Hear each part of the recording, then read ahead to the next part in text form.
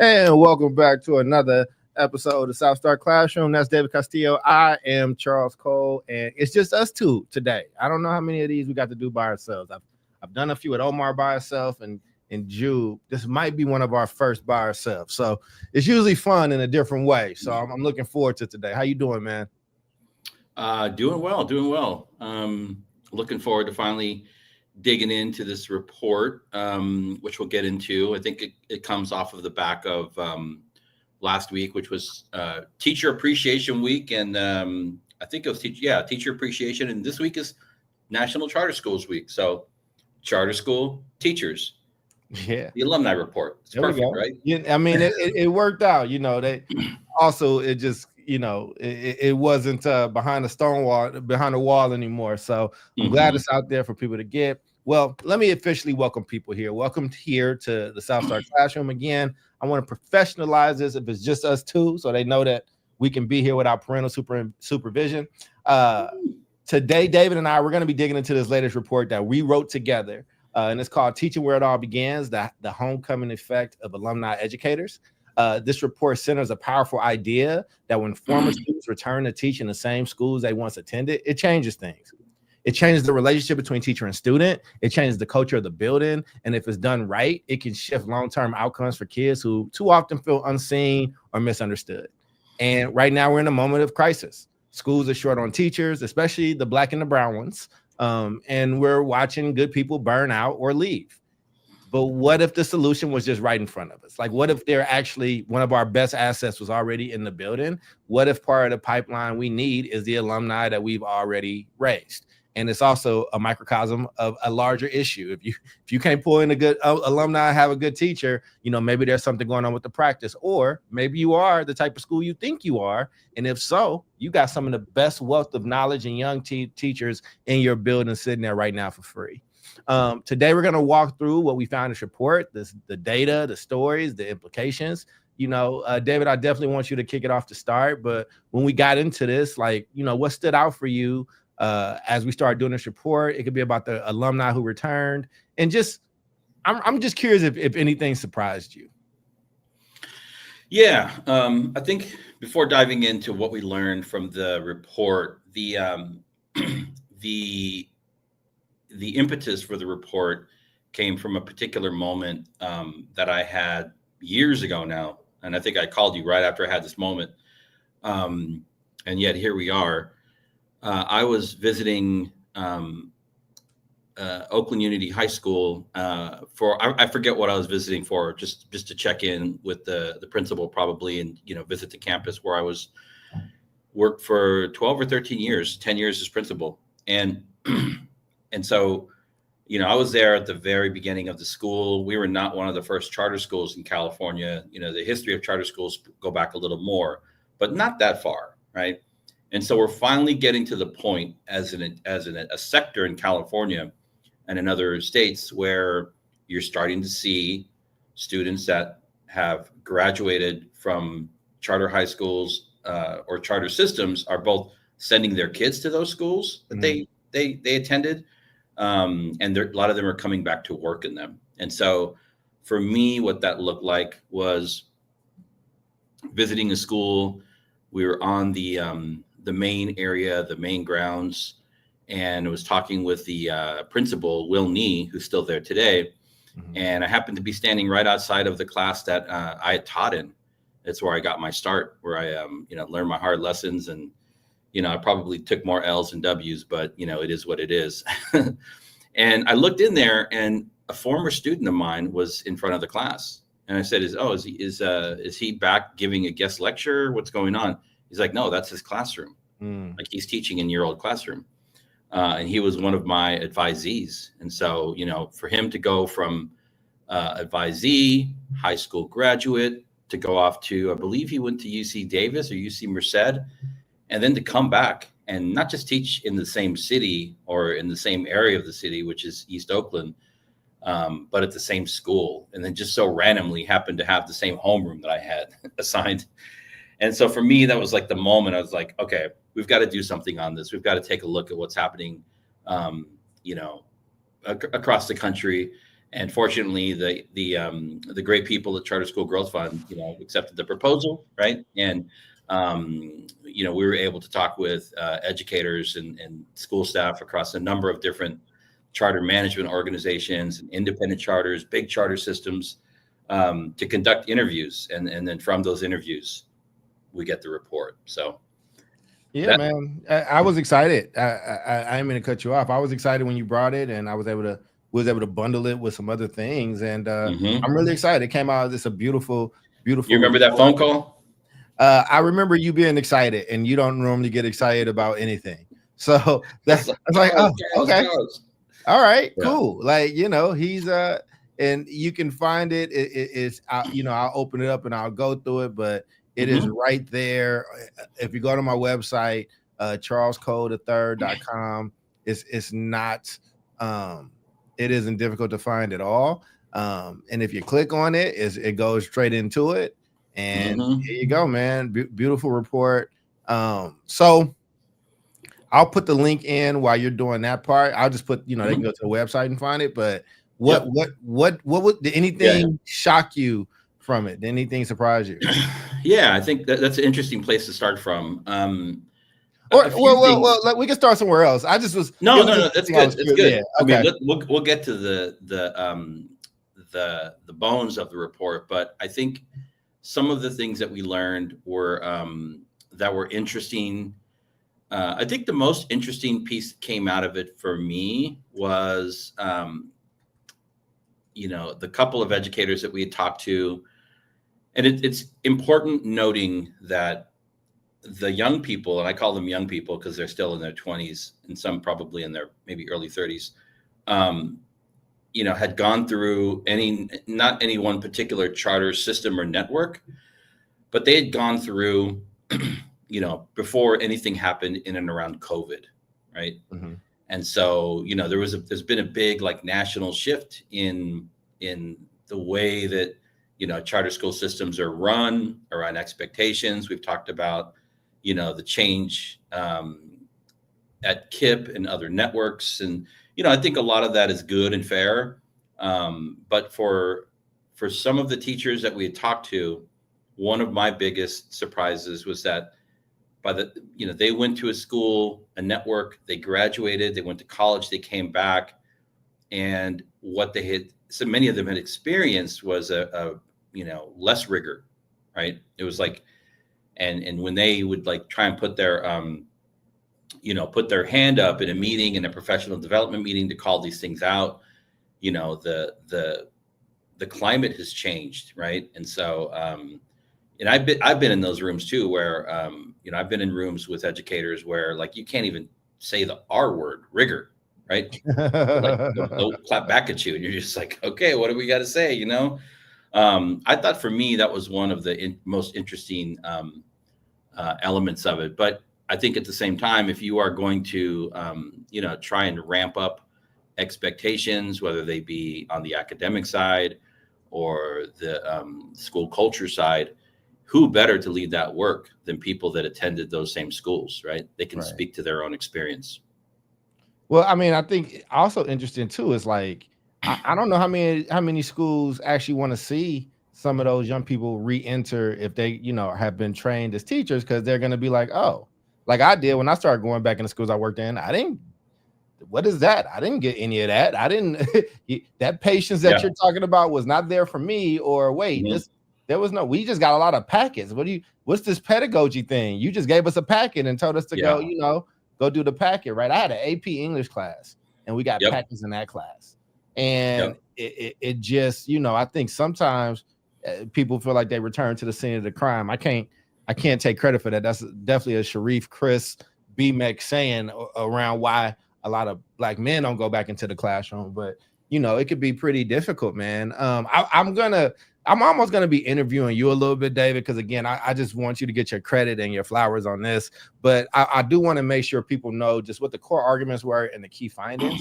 And I'll ask you to comment on those. So first off, the main argument that we were making was that alumni educators bring unique value. They have cultural understanding, trust, credibility, commitment. And districts right now all over, traditional districts, charter sectors, schools are struggling, are facing teacher shortages, and it's been really bad. When I worked at the district, we had to give so many emergency credentials, and you don't want to be in that position. We can't talk about rigor and quality teachers if we got to just beg and take whoever comes. If you can't select, how good do you expect that pool to be?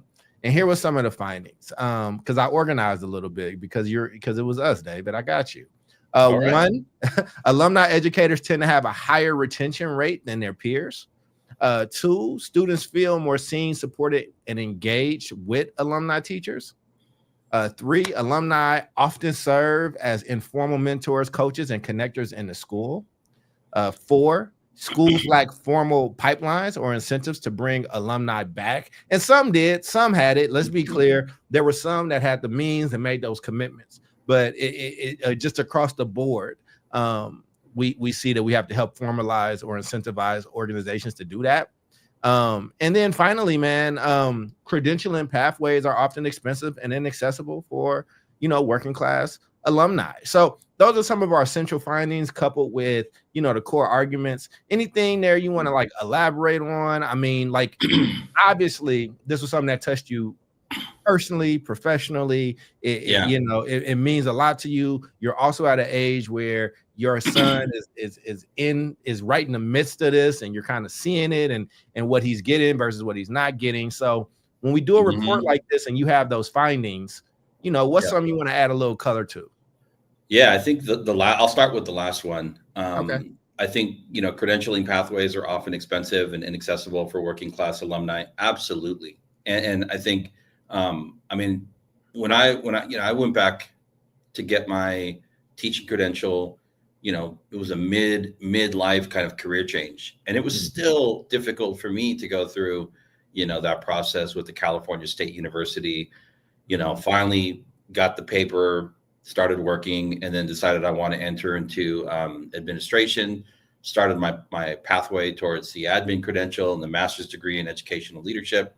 And that was, I wouldn't say, it was definitely expensive, inaccessible in the way that it's so compliance driven and complicated for people to figure out. So I think that is an incredible barrier for young people that might not have somebody to lean on to, answer questions. And the only thing they can do is pick up the phone at the credentialing office at their university or whatever system they're going through and ask for help.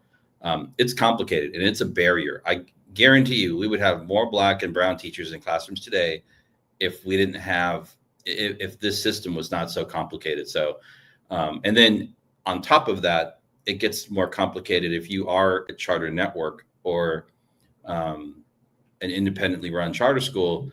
What does that look like to support? Like if I want to support Charles graduated, Charles is off getting his 4-year degree, and then Charles starts to signal that he's interested in education. Like, does that mean that we subsidize part of your education, classes? What if we pay for your education, Charles, and then you decide you dip and you want to go off and, become a, work in hip hop media or whatever, right. I'm like, dude, we already dropped like $15,000 on you. Right. Yeah, man. That's things I worry about, teacher housing as well. Mm-hmm. Those things are very complicated. So that's definitely something that we heard. And then it's not like a surprise finding, but I think the first point around alumni educators having higher retention rates is, it's almost a no-brainer. However, you have to think of it that, they're not picking up the newspaper or picking up, I just dated myself, on EdJoin or whatever, looking at district websites or whatever they're on, right? They're actually, I want to go work here, not just in this city, but I want to work at this, not even maybe in this network, but I want to work at this particular school in this network, versus somebody who still has good intentions that, this is like a job, right? So those people tend to skip around more, not all of them, but, when you have somebody that's coming to work in a particular school community because that's where they're from and that's where they live, you're naturally going to get more retention because that's like where they want to be. Right. Right. And then you talked about this earlier. I think, the only way that any of this happens is if you've had a good experience in your school. Like you said, we should expect well, some people might return to the scene of the crime. I'm definitely not going to. And when we think about that, it's like the goal is not to provide education in a way so that people will come back and work for your system. That's a byproduct. The goal is to ensure that students have access to, a healthy, a safe, a caring, a loving, a rigorous education where they're able to thrive, right? And if they're able to do that, of course, they're going to possibly look back and try and go work in these systems. I mean, again, we worked with a smaller subset of schools that are part of the Charter School Growth Fund network. But, a lot of the schools in Oakland that I've worked in, and a lot of the schools that we know, I'll call a couple of them out right here. Oakland Unity Middle School, Arise High School. I mean, they're pushing like 40-50% staff that are alumni. Yeah. I mean, that's like a snowball effect in a good way, right? Yeah. Yeah.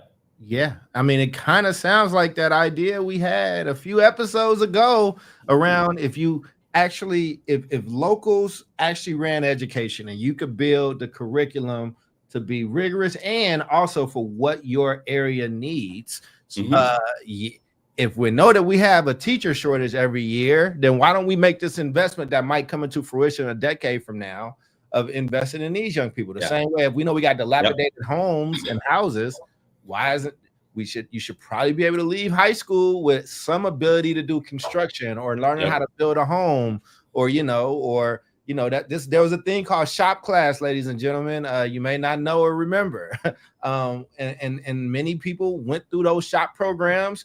That was their thing. They did shop. They did that, got better at doing cars and, became the local, car person, right? Like our school system should be taking proactive steps to solve the problems that we're facing at a localized level. So, when you talk about credentialing pathways, they're often expensive and inaccessible. I think there's also some things that I've heard you talk about as well. The quality of them are also just not always where they need to be. It's funny. You would think that the institution that are teaching future teachers how to teach would actually be good at teaching.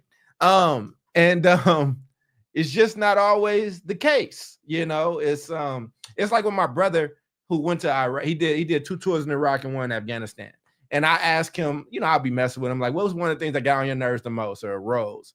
And he was like, MPs, military police. He's like, because we are army based. Like, why do we need MP? We're all trained soldiers. Like, it doesn't make sense. And they're not very good at policing, right? But that's kind of what this feels like in some cases, where if you continuously have these shortages, but you don't have the pipeline that's like, if you want to be a teacher, this is the way that we kind of shoot you there. This feels incentivized. What if you wanted to be a teacher as a student and going through that process or experience made you feel the equivalent of being the captain of the varsity football team? Like what if going through that curriculum made you feel like you were the prize quarterback in a small Bible Belt town? You probably would have more teachers and better ones. Yeah, and I think now you're getting to the other side of this. Is like, what is the value of having alumni educators in classrooms for students, right? To see themselves as like, maybe I don't know you, Charles Cole, but maybe I know some of your family members, or I know of you. I know you're from the community.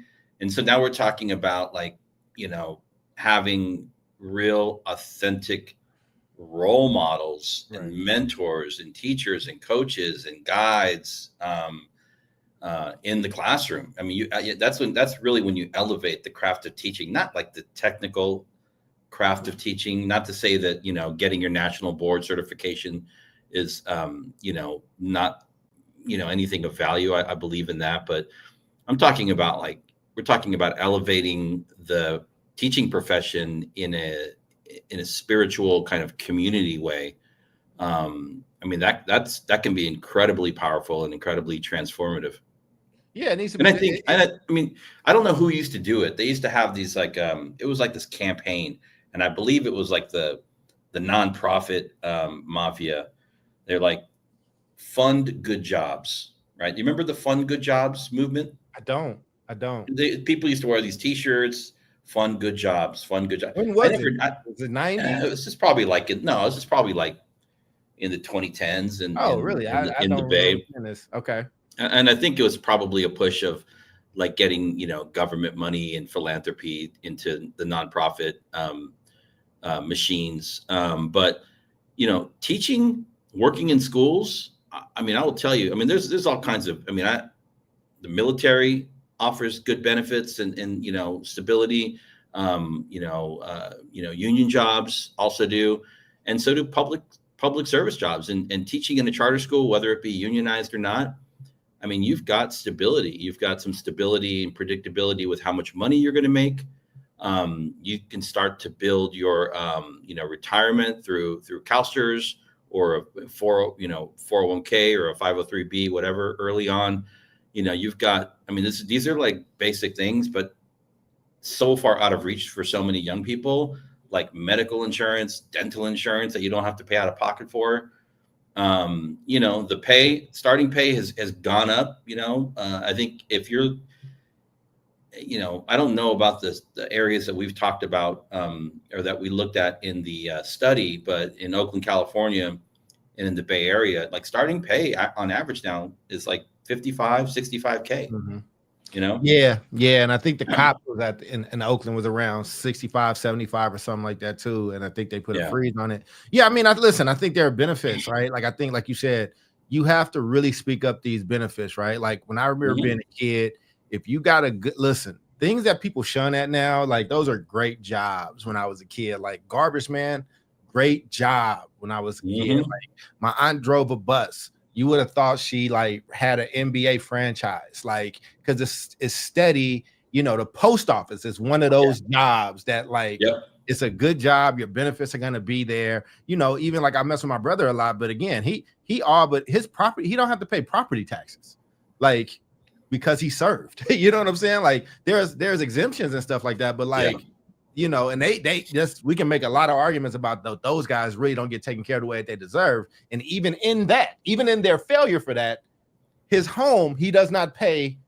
He doesn't have to pay property taxes or like what he had to put down. He didn't have to put much down, right? So, you got to make more benefits. And we might as well just go through these findings and just riff on them, because what you were touching on around when the benefits of having an alumni teacher, students said they felt more seen, supported, and engaged with an alumni educator. So like, let's talk about it, because I could see a risk reward there.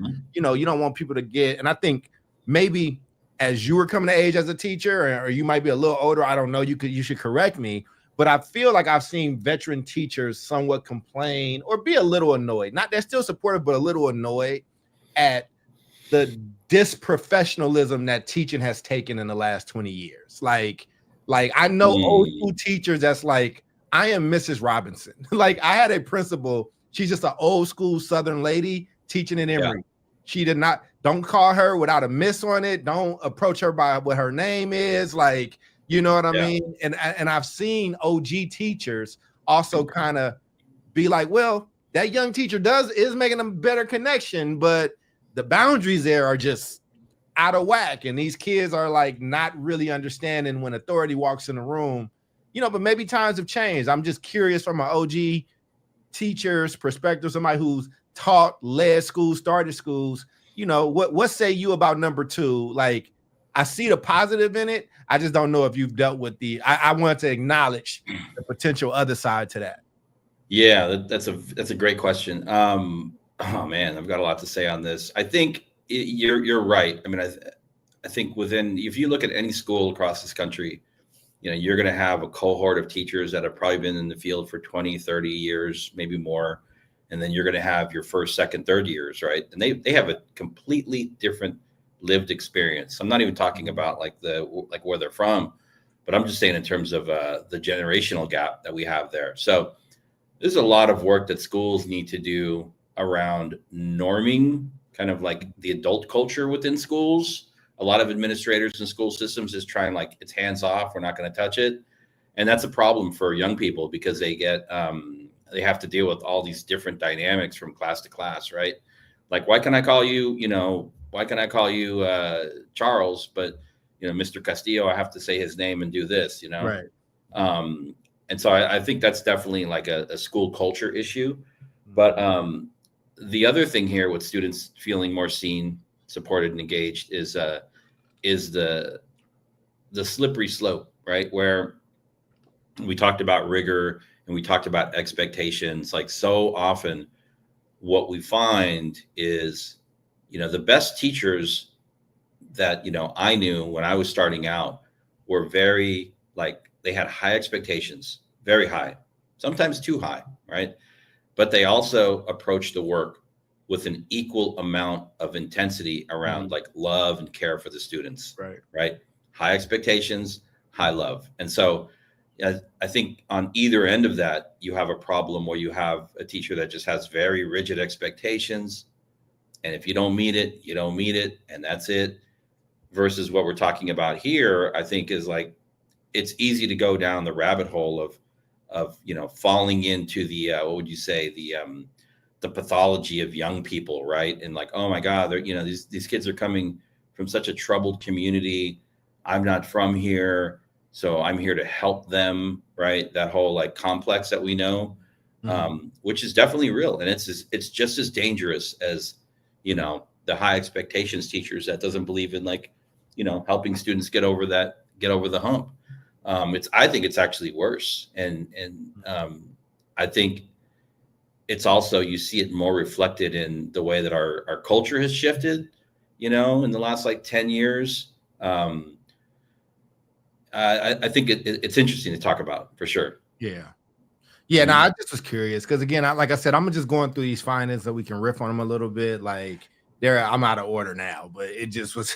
I think, but I do think it's something to be said about we want students to feel seen, supported, and engaged. I get nervous though, and I'm the one writing these reports. But even when we say things like this, or like I'll write something or you have a talk, I always go back and like edit in rigorous or I just feel like I think the reason why I wasn't always said is because great teachers that led a lot of this stuff already we're assuming that when we say that we want students to feel more seen and supported, they also didn't think that you would also mean not as rigorous. They didn't think that you would mean not as like challenging. But I think that somewhere along the line that's gotten lost, and it has to be said, right? Like I don't like this notion that because everything is racist, we can't teach kids math.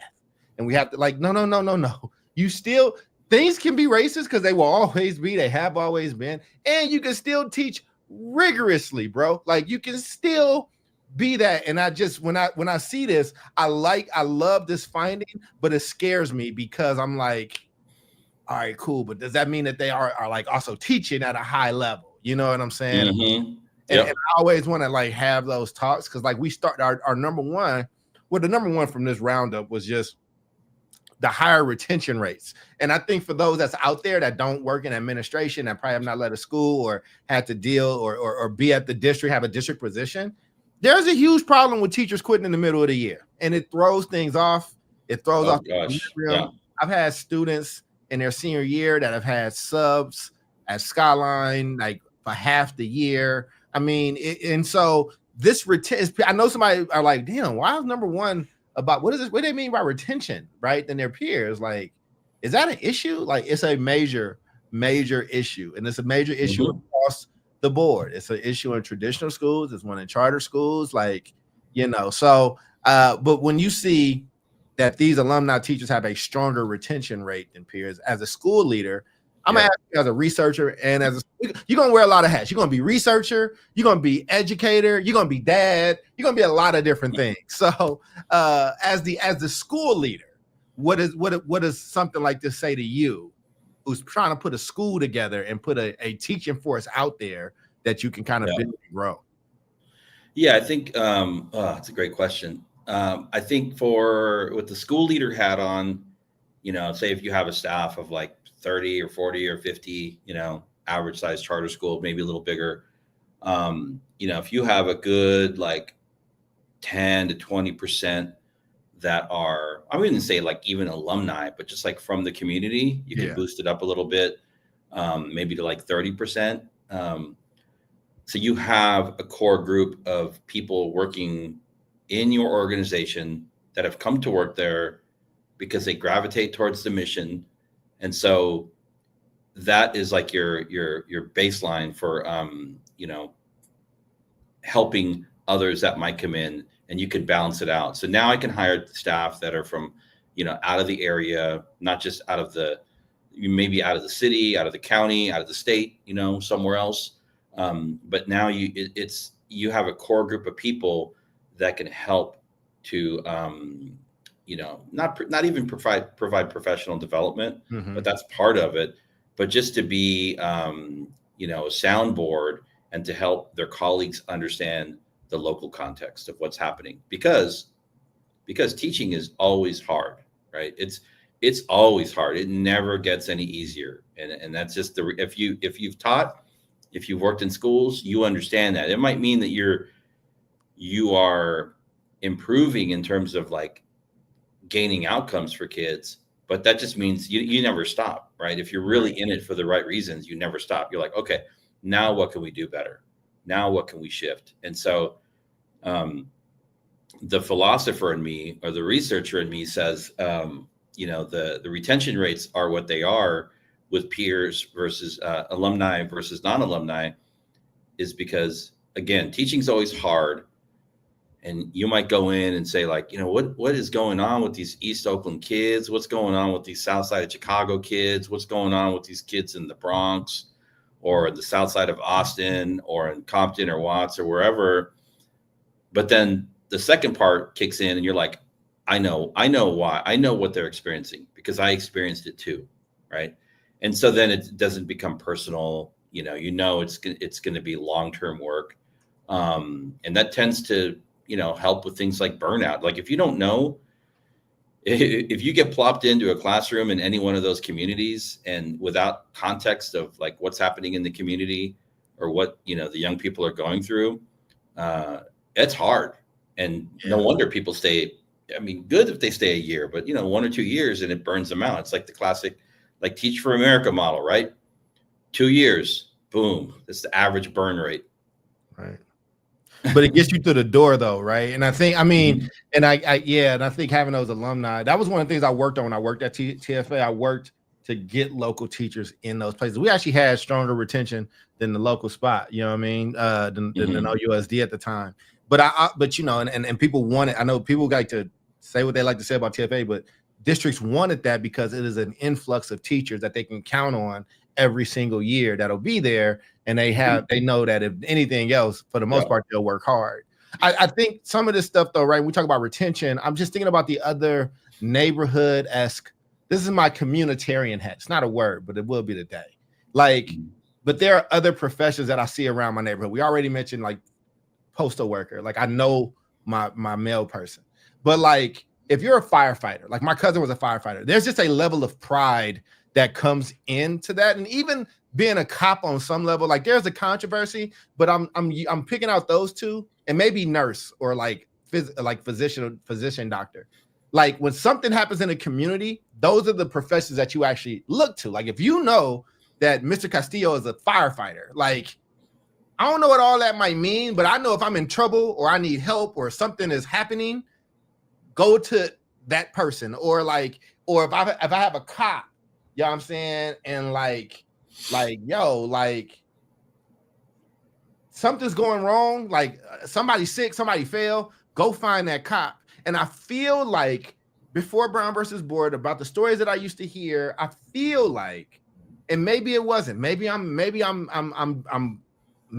bringing this in myself, but I feel like there was a time when teachers kind of had that same level of reverence in their community, where they were seen more as like scholars of their community or like almost professorial, right? Like there's a difference between a professor and a teacher. There's a difference in prestige, right? Like community, not even just money, but like community prestige. Same with like a nurse. Nurses used to be in the same boat that teachers are in now.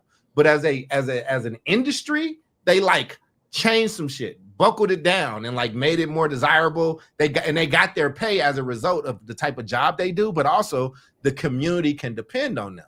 I don't know if that's the same sentiment as it should be with teachers right now. And I think that's why we have a stat like alumni teachers have a high retention rate, because if you were revered in the community in the same type of way, I don't know if you're quitting in February. I don't know if you're quitting in December. I just don't. You might quit at the end of the year, but if you know what I'm saying? I don't know. I'm kind of droning on that, but yeah, I mean, I think to the first part of your question, I don't remember. I mean, I don't remember a time when, and this is just based on my own experience and perception, but I don't remember a time when teachers in the communities that I lived in were like revered people like that.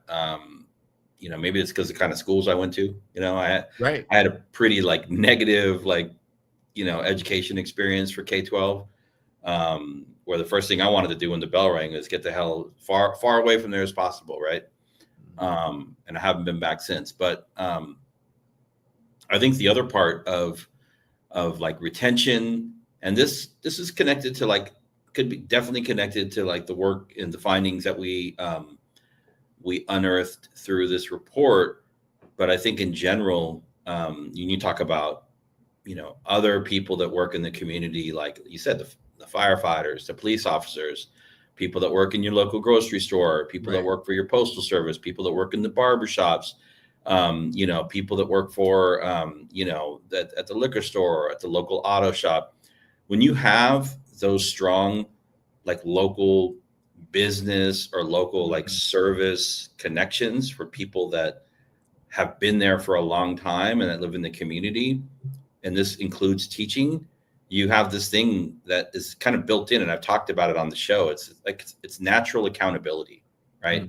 If I don't do X, Y, and Z, if I don't provide this customer, and that customer could be like a student, that customer could be somebody at the auto shop, it could be somebody who's sick, somebody whose house is on fire, somebody whose cat got stuck in a tree. If I don't provide good quality customer service to this person, I'm not going to lose my job, right? But I don't want to do the bare minimum. I want to provide the best experience, the best service, because I feel like that's what I owe this community. And that could be applied to like any number of service sectors, including education. However, and people that live in those communities are more likely to like go the extra yard if they have to like wake up and see their neighbors on the corner, right? If I just have to like parachute in and parachute out for work, I'm less likely to go that extra mile. I used to work for one of my first like real jobs was working for the Home Depot when they were first starting out. Oh shit! The one in West Oakland, Emeryville? No, I was in San Diego. Okay. It was. Oh, yeah, that's right. You grew up in San Diego, then came to the. I mean, I was still in high school working for Home Depot. Got you. And but they had such a strong, and I still shop at the Home Depot, but they had such a strong like team building culture. Yeah. Like every day, there was a team meeting, and then every once a week there was a bigger organizational meeting, and once a month there was a big meeting.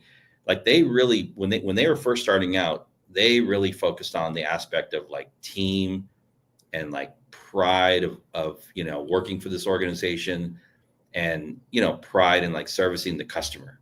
Right. They had a motto. I don't think they still have this motto, but the motto was like, the customer is never wrong. Gotcha. Right? They're not always right, but they're just never wrong. Gotcha. Yeah, exactly. It leaves us some room. It leaves us some room. Right. And so for me, like in my interactions with people, like I've kept that going through my time in education and other jobs. Making sure that people feel seen and heard, and that also includes like conversations with young people. Like I was not an alumni educator. I didn't grow up in East Oakland, but the community I grew up in was very similar to East Oakland. And I knew that teaching was hard work. And what I would tell my teachers, time and time again, I'm like, listen, you're going to talk to a young person on Monday morning. You're going to talk to a parent on Monday morning. I might talk to you on Monday morning when we're all fresh, right? I'm going to bring that same energy to that conversation on that when you come to talk to me on Friday afternoon.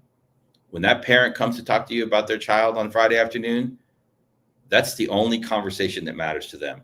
Mm-hmm. So bring that energy to that. When that student comes to you with an issue or a problem on Friday afternoon, bring that same energy to them, because that's really what they deserve. And I believe, like, not just what we found in this alumni report, but like when people really care about community, they understand community, they're willing to be held accountable to community. That's what you're going to get. I so agree. This is going to be a terrible idea, but it's a podcast. That's what this is for. Is like, I think there should be community member scores. Like, I think community should come together, have a list of their adults, and kind of like, and you get scored, you get ranked. Profession is part of it. Don't have to be like, you could be a homemaker, but you add so much value to this place. You're you're growing food. You're checking in on everybody. Like, you're making sure people's houses are nice when they're away. I think there's a Black Mirror episode about that. Is it? I'm telling you, it can go very bad. But what I'm saying is, like right now, my score would be decently high though. Not because I'm a doctor or whatever. I have a basketball court outside on my garage. It's like 8 boys out there. I'm like, I gotta go get ready for this show, y'all. Like, I'm not getting out there with them, but I'm the neighbor. Now I am the guy that with the nice basketball court. Yeah. And my your social credit, your social community credit went up. Right. Don't you know what I'm saying? But I think if you do that, I think there are some schools, and I think this would be very telling. If you did that, and there were some teachers that lived in that place, like Miss Hawkins, my 3rd grade teacher when I lived in Paducah with my grandmother, and I think I've talked about her, where I remember complaining about her, and my grandmama knew her. They went to church together. She was like, boy, that woman ain't got no reason to lie on you. And then I had to stand account when I saw her at church because I didn't know if they was friends, right? Like, but her score would be very different than a lot of these people who not only don't come from that community, don't understand community, but let's just be really frank about it with the kids that we're talking about. They're afraid of that community. And I think that's a very different tenor, man. And you can be in Pittsburgh or Philadelphia, which are these very like hardworking, middle class, like Black people, or you can be in like there's a Mexican suburb here, like, but that community is so ingrained. Like, when I go and visit people, like, people ask me what my name is. They greet me, they welcome me, right? And I just think that you're different when you're a part of the fabric, not like outside of the fabric. The fabric doesn't just keep you warm, doesn't just keep you nourished, but you're a part of the fabric, and we all benefit from this fabric, which also means we all feel pain when something happens to this fabric. I just think that when we're talking about this issue of educators and now alumni, you're getting somebody who's fast-tracked there. You're getting somebody who, you would hope, for the most part, like, has a connection to that place, has a connection to that history, has a connection to those people. And you would, and if that town can hold them accountable too, this is how you get master teachers. And I also think this is how you start to change the conversation from this place of desperation to like, no, it would be nice for us to have these young people come back and teach where they were, not just because we need them and they have to, but because like the benefit for them is going to outweigh, you know what I'm saying, something else. And I think finally, the last thing, and I'll say in my rant, is, man, if you would have told me that this could be a fallback or primary profession, like not a job, but a vocation and a profession, like, you can track me into that type of stuff. The same way when we were trying to do green jobs in Oakland or tech, like, those are things that high schools will change their full curriculum, build a whole track so they can be, we got the tech track, you know what I'm saying? We have this other track. Yep. I haven't seen that for master teachers or educators. I just haven't seen it. Yeah. And I think it also makes me wish for, and this comes from the university side of things, and what I had to do as I was getting my doctorate and my chair, I had to like lead his class, because just for y'all out there knowing, people that are tenured don't teach. They don't really teach undergrad classes. I'm just letting you know, like, that's what they have TAs for. That's what they got grad students for.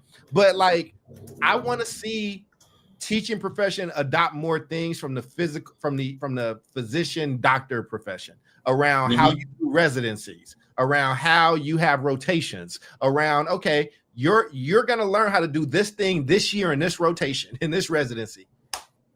Then in 2 years, oh, you want to do something around head trauma? Okay, cool. Hey, that's a 5-year, just so you know, it's a 5-year thing, but here you go, right? And I just feel like I think one of the residencies should be training other teachers. Like, I just feel like there's an ecosystem here, but nobody takes education as seriously as they get paid voice service to, because if they did, these things would already exist. They would already be happening, because it's go to a place that has soccer clubs. I am so fascinated by soccer clubs, David. I'm not a soccer fan. I appreciate it. Such a big sport. But when I learned, do you know how soccer clubs work, Dave? You might know it better than I do. So for those that don't know, because basketball and baseball does it in Dominican, they don't do it here. A soccer club is like, we got David. David is a 7-year-old prospect. He is great. He's awesome. Somebody sees him at 9, 10 years old and said, we want him to be a part of our club team. So he goes, he plays, he does whatever. He joins that club as an adult. Like, they nurture him. The club has to kick back every place he has played in his life. So like, if David is the coach of the 11-year-old soccer team and they become this world-class group, and like 8 of them go on and become professional or play in college, or they make it to one of these big clubs in Real Madrid, the clubs will continue to kick that back because they want that pipeline to continue. I just think I never heard of that, bro. Like, and it makes so much sense. And I'm like, why don't we do that with the best teachers or the best firefighters or whatever the case is? I'm excuse my shock and awe, David. I'm very new to the soccer world. It's too big, it's too vast. But I was watching something and they broke down how somebody with like a Messi, by him going pro, it makes his entire community better because there's so much money that's going back to that place because of him. Yeah, that whole world is, and it's not just soccer; it's all like club sports. I'm sure cricket. I'm sure, they all do. Yeah. So this has got me thinking because, we looked at, and we spoke to alumni, educators, and staff that are working in charter schools. And then we got talking about, kind of the broader education space. But so the first charter school law was passed in 1991, right? I think Minnesota. Mm-hmm. So, I mean, that was like the earliest one. Some states still don't have them, but you could say charter schools at this point are like what, 20, 25, 30 years old. And so it's pretty incredible. Yeah, I mean, in at least in Minnesota, but I got you. When 91, that's 30, that's 34, brother. Yep. And so, I mean, it's incredible that we can. And knees starting to be hurting too, brother. They got sore knees at 34, man. Oh, definitely. The fact that we can have this conversation and that this thing is happening within the charter sector is pretty incredible. And we also have to recognize, and it's got me thinking about, again, Oakland, California. And here where we're at is, as much as, we can point out and criticize, what's happening in like large urban districts, but let's not also gloss over the fact that, schools in, my area in Oakland and San Francisco have been around for like 100 years. Right. And so they've gone through the cycles of like, somebody taught there, their kids went to school there, they went there, their kids went to school there, they taught there. And so I'm thinking about like, I can name off like, in a chronological order, right? My kindergarten teacher, Miss Gilbert, right? She was amazing. I remember her. My third grade teacher, Miss Jackson, my first Black teacher, right? She was incredible. I remember that class, like everything that happened in there, everything that we did. It's unbelievable.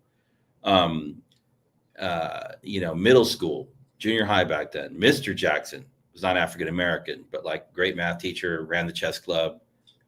He was amazing. High school had a couple more. But in high school, one of my most pivotal teachers was my swim coach, Miss Court. And she was also, now I'm thinking about it, I'm like, she was an older woman when she was teaching me swimming, and she had graduated from the same high school that I went to, right? So you have this legacy loop happening, across larger, public school district systems. I think that's also interesting to think about, because then you talk about things that are way more place-based, right? Like the high school my son goes to, like they have tremendous pride. Like we're not even there yet because we've only lived here for a couple of years, but like the school is all about like it's pride, right? I think that's very interesting to look at, what's happening in those systems too. I will say at my son's school, they have in California, what we call a career and technical education pathway, CTE. They have an education, child development, and family services 2-year program of study. So you can start, I think, as early as the 10th grade to take classes in developmental psychology of children, and then teaching and learning classes while you're still in high school. Cool. That's really good. And so there, I think it's, the advantage, there's so many advantages to like, working in the charter space, but I think in the larger systems, they get the economies of scale, and they could really start to develop these programmings, this particular kind of programming, because they just have more kids, And I know not to leave the report, but this is a question that's making me think about, like, because you were talking about and reminiscing on like your teacher being older, but coming from that high school and teaching you and still being there. And it was just like, oh yeah, because that's how that's how cities used to be set up. For our young people that's listening, they used to be like a bunch of little elementary schools because they only holding 300 kids, 250. And then there's fewer middle schools or junior highs at the time. And then there's usually like 1, maybe 2 high schools. And so it is like if you're art teaching there, like there is a little bit more, I don't know, like they got to choose for more people because it's less, you know what I'm saying? The schools are bigger, they have more people in it. And so if you're the lead of the math department in one of those schools that you went to, David, where it's like 3,000, or Berkeley High is what, 4,000 kids, like, or more. That means something if you lead the math section. That means something if you lead the language arts section. Like there's something to aspire to. Now I don't have an issue with smaller schools. I understand. I get the why, right? I understand the why. But it is a question that we have to ponder as researchers, like, did we make a mistake with all the different offshoots, or at least the offshoots not having any collective tissue? So maybe if it was like Castlemont, where we're all still on the same area, there might be schools inside of it, but we share resources. We might share this. There's a charter school. These are traditional schools. There's this school is really good at this or whatever, but we're still an ecosystem. I just feel like we've killed the school ecosystem. And again, these are half-baked thoughts that I'm just reacting to in the moment, because you talked about that lady. I'm like, well, how does that happen?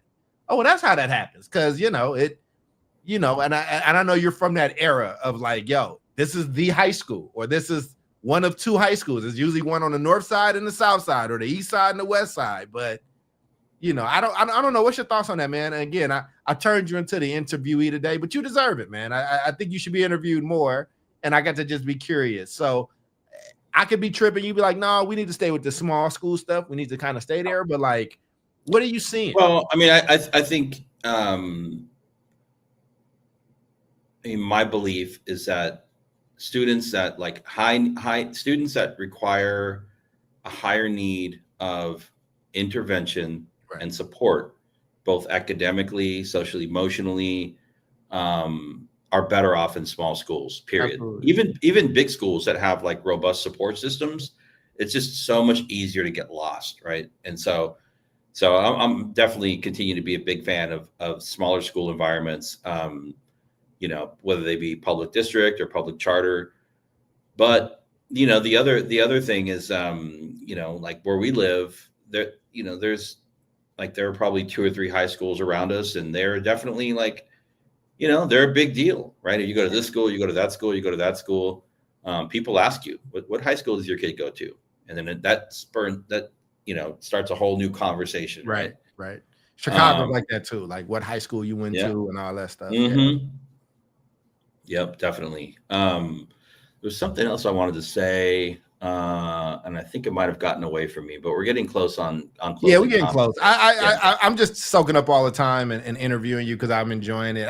Again, I like the small school joint. I get it. I understand, but I think it's kind of strained, you know, a lot of the resources. Again, I've had to close schools. Like I've had to be there for that, you know, but in my mind, I feel like when you have that big school, you build out these smaller schools within a school, right? Like, I mean, I remember the special needs in some of the bigger schools I was at, like, but they had like their own wing. It was like a whole thing. They had different interests, like so, or like think about a university model where it's University of California State Hayward, but it's like here's a school of business, here's a school of this, here's a school of that. So, I mean, I just maybe it's not the physical space, but I feel like when we got rid of that, we also got rid of the ecosystem that surrounds it. Mhm. And we got rid of like, you know, like teacher competitiveness in the sense of like we actually have people competing for these jobs as opposed to like, please teach for us. We will give you the credential. You you don't have no like sexual assault case that's pending, right? It can be done. It just can't, it's not pending. Okay, can you? We just need a body here. And I just feel like when you water down the product, as the kids will say, as the drug dealers would say, when you step on the product like that, you're just getting a worse brand of dope. And that's a terrible analogy to use for this conversation, but that's what education has become watered down, and it doesn't have its prestige. And I think hopefully this report helps people kind of see one way that we can kind of inject some new life, start to bring the prestige back. But this is just a piece of one problem that is plaguing a larger situation. So that's my final thought, but I think you deserve the last one. And when you point at me, I will turn off the stream. So it's all you, brother. Sure. And thank you for leading and being you know, carrying a lot of the water today. But I think I felt like it was your day. So thank you for that. You know, one thing that I haven't spoken to yet is my I've got a number of nieces and nephews here in the area, and one of my nieces attended and graduated from one of the local charter networks, one of the high tech highs, right? You've heard of High Tech High. And she went to college and she moved into a teaching program, and she's been teaching back at High Tech High. This is a Latina Chicana who's teaching like mathematics, high level mathematics, right?